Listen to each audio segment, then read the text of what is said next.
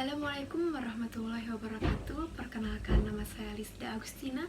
Saya dari kelas reguler A pagi konsentrasi pemasaran. Video ini saya buat untuk memenuhi tugas mata kuliah seminar pemasaran. Di sini saya akan menjelaskan tentang pasar bisnis dan perilaku pembelian bisnis. Yang pertama adalah definisi pasar bisnis. Apa itu pasar bisnis? Pasar bisnis merupakan suatu tempat di mana produsen-produsen melakukan penawaran barang dan jasa kepada para konsumen dan strategi-strategi pemasaran yang handal untuk mempengaruhi konsumen agar dapat memiliki barang dan jasa yang ditawarkan para produsen tersebut. Yang kedua, perbedaan pasar bisnis dan pasar konsumen. Untuk membedakan lebih detail lagi, berikut beberapa elemen acuan pembedanya. Yang pertama ada struktur pasar. Pada pasar bisnis biasanya berhubungan dengan pembeli dengan jumlah yang lebih sedikit tetapi berkapasitas besar dibandingkan dengan pasar konsumen. Bahkan dalam pasar bisnis yang besar, beberapa pembeli sering mendominasi sebagian besar pembelian. Yang kedua, segmentasi pasar.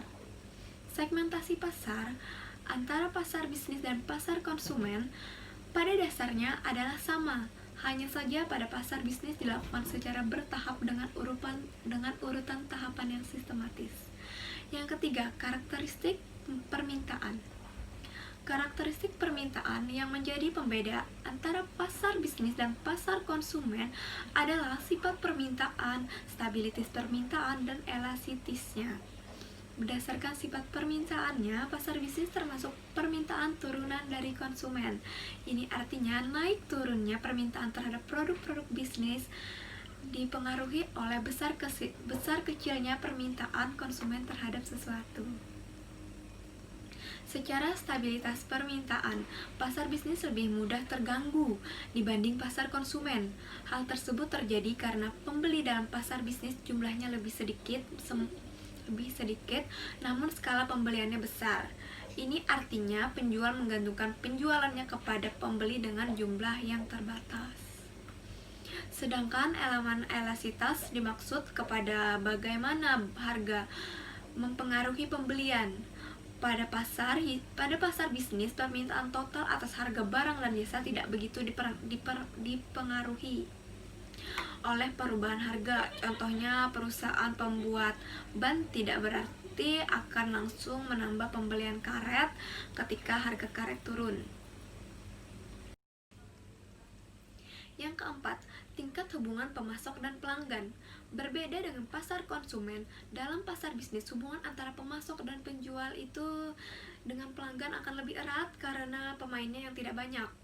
Selain itu, nilai bisnis yang besar menjadikan interaksi yang lebih erat untuk menghindari konflik. Selain itu, biasanya pelaku pasar bisnis memiliki timbal balik dalam transaksinya.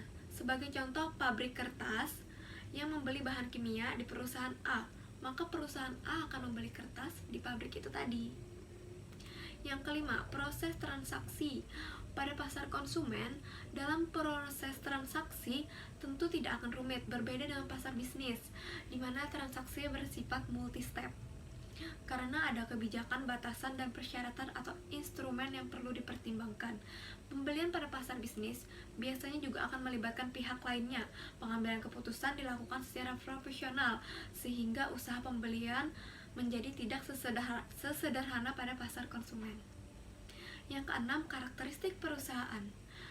Elemen lain yang juga menjadi pembeda antara pasar bisnis dan pasar konsumen adalah karakteristik pemasaran. Faktor yang terkandung dalam karakteristik pemasaran ini bisa dilihat pada tabel berikut yang akan saya sajikan.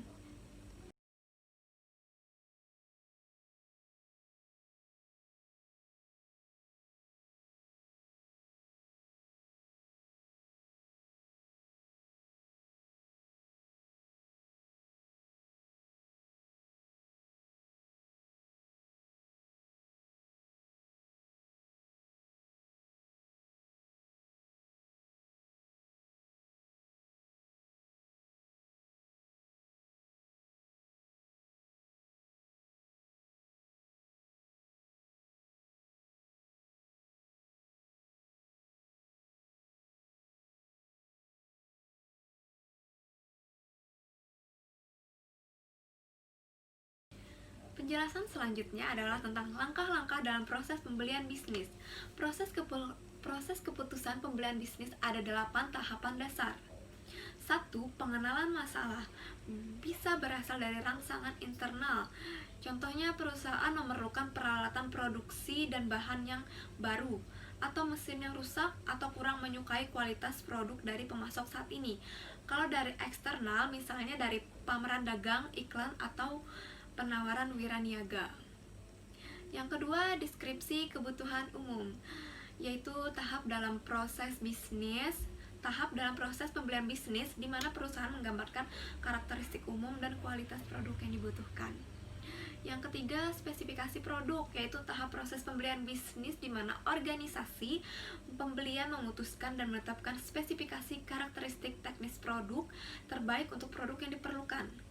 Nah, di situ juga diperlukan analisis nilai, yaitu suatu pendekatan terhadap pengurangan biaya di mana komponen dipelajari dengan seksama untuk menentukan apakah komponen itu dapat dirancang kembali, distandarisasi atau dibuat dengan metode produksi yang lebih murah.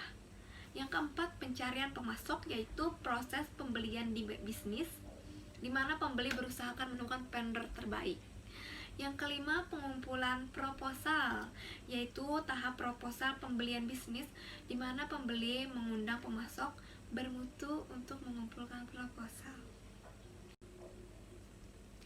Yang keenam, pemilihan pemasok, yaitu tahap proses pembelian bisnis di mana pembeli meninjau ulang proposal dan memilih satu atau beberapa pemasok. Yang ketujuh, spesifikasi pesanan rutin, adalah tahap proses pembelian di mana pembeli menulis pesanan akhir dengan pemasok terpilih, menyebutkan spesifikasi teknis, kuantitas yang diperlukan, waktu pengiriman yang diharapkan, kebijakan pembelian, dan jaminan.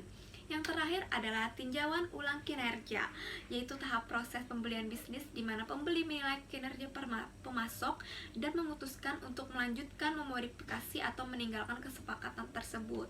Yang keempat adalah cara pembeli lembaga dan pembeli pemerintah membuat keputusan pembeliannya. Yang pertama adalah pembeli pemerintah membeli produk dan jasa untuk pertahanan, pendidikan, kesejahteraan umum, dan kebutuhan lainnya. Yang kedua, praktek pembelian pemerintah sangat khusus dan spesifikasi dengan tender terbuka atau negosiasi kontrak yang menjadi karakter sebagai pembelian. Yang ketiga, pembeli pemerintah beroperasi di bawah pengawasan Kongres dan banyak pemerhati swasta. Oleh karena itu, pembeli pemerintah cenderung mensyaratkan lebih banyak administrasi dan tanda tangan serta respon lebih lambat dan tidak bebas ketika menempatkan pesanan. Itulah penjelasan dari saya tentang pasar bisnis dan perilaku pembelian bisnis. Sekian, apabila ada salah dan kurangnya mohon dimaafkan. Wassalamualaikum warahmatullahi wabarakatuh.